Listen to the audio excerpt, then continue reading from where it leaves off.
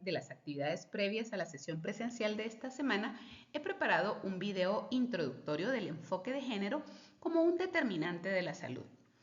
Incorporar el enfoque de género para la salud contribuye a la disminución de las brechas de las desigualdades entre los géneros y nos permite incorporar las herramientas conceptuales que permitan salir de las inequidades injustas e innecesarias que generan discriminación, desigualdad y exclusión por sexo o género, que conciben diferencias en el acceso, distribución y control de los recursos.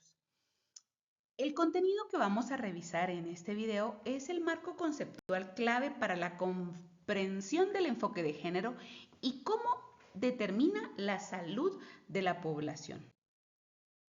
Aclarando conceptos básicos, quisiera que revisemos la diferencia entre sexo o género, el concepto de machismo, el concepto de feminismo, el concepto de mandato de género, los conceptos de prejuicios y estereotipos de género, para lograr llegar hacia la comprensión clara de por qué ocurre entonces la discriminación por sexo y género.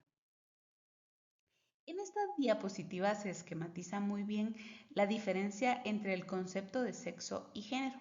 Mientras que el concepto de sexo hace referencia a las diferencias biológicas, el concepto de género habla de que el género es una construcción social y cultural.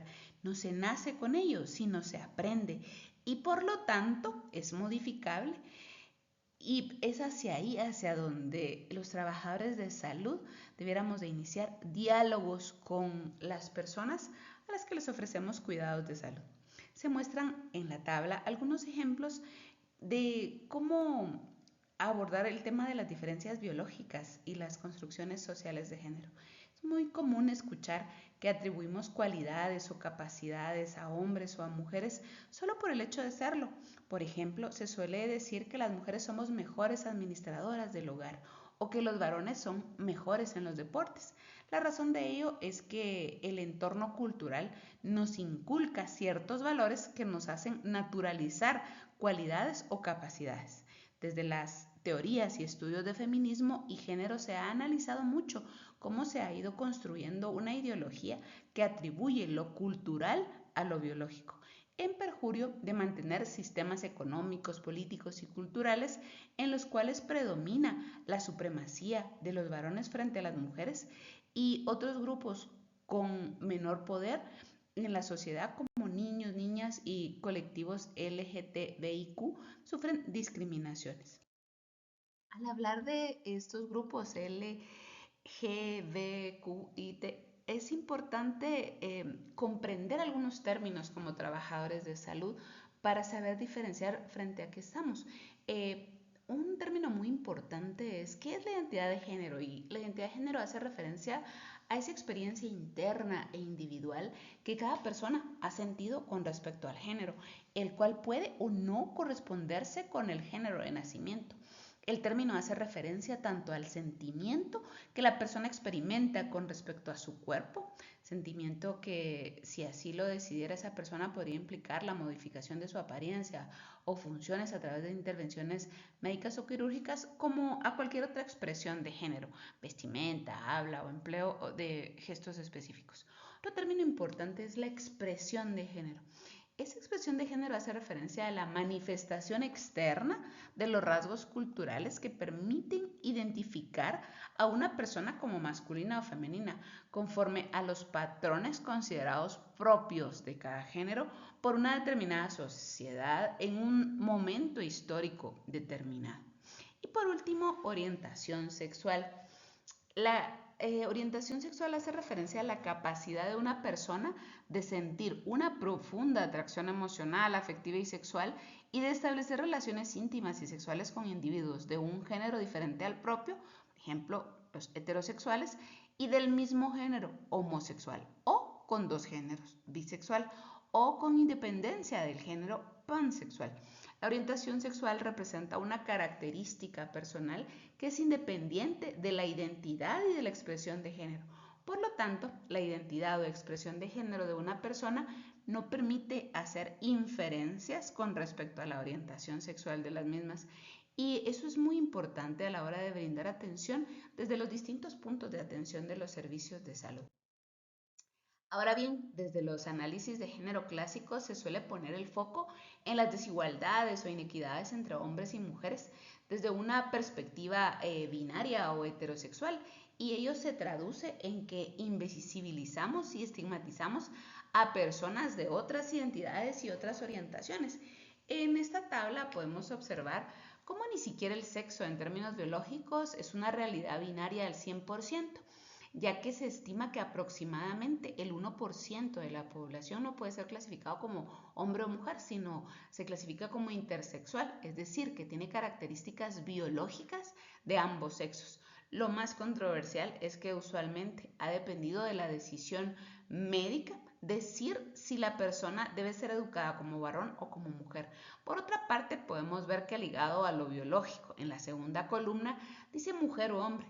Se menciona como imposición, tan solo para hacer la reflexión en cuanto a que hay cierta parte de la población, se estima que más o menos un 10%, que no se identifica necesariamente o con su sexo biológico o bien con las identidades masculinas o femeninas tradicionales.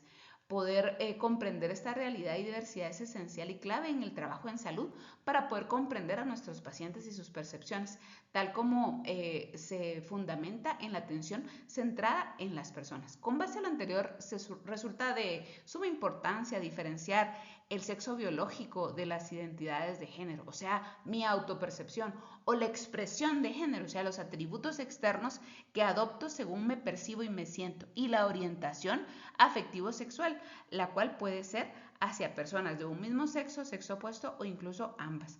Finalmente, en la línea de interseccionalidad ya comentada en sesiones anteriores, especialmente en la unidad 2, podemos olvidar que las identidades de género nunca irán solas, sino se entrecruzan con otras como clase social, como pertenencia a un pueblo originario, y que como equipos de salud es importante visibilizar y comprender a las personas desde sus múltiples identidades, especialmente en aquellos casos en los que estas se asocian a discriminación, estigma o exclusión social.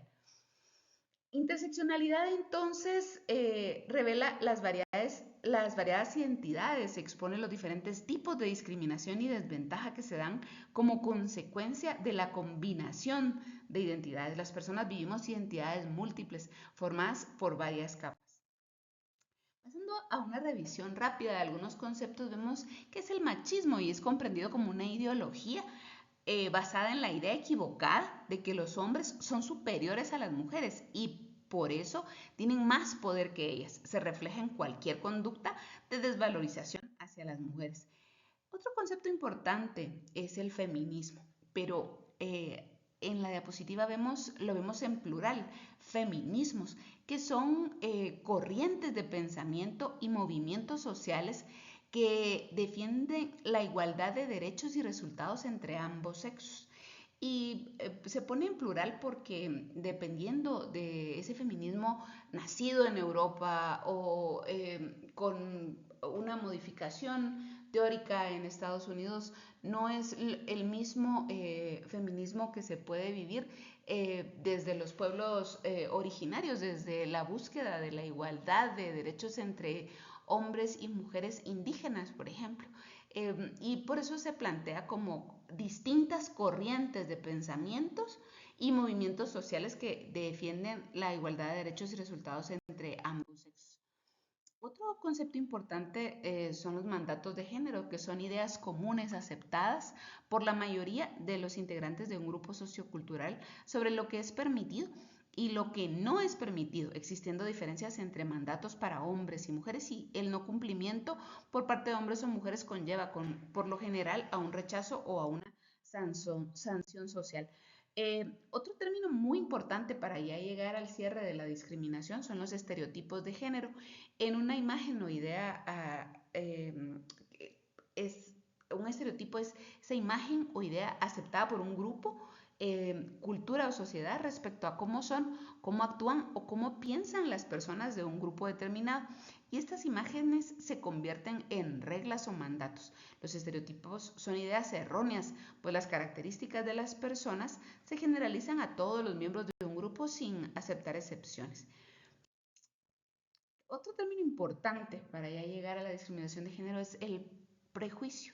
Y los prejuicios hacen referencia a cuando una persona individual tiene una actitud, idea o opinión preconcebida sin considerar la situación específica o tener más información.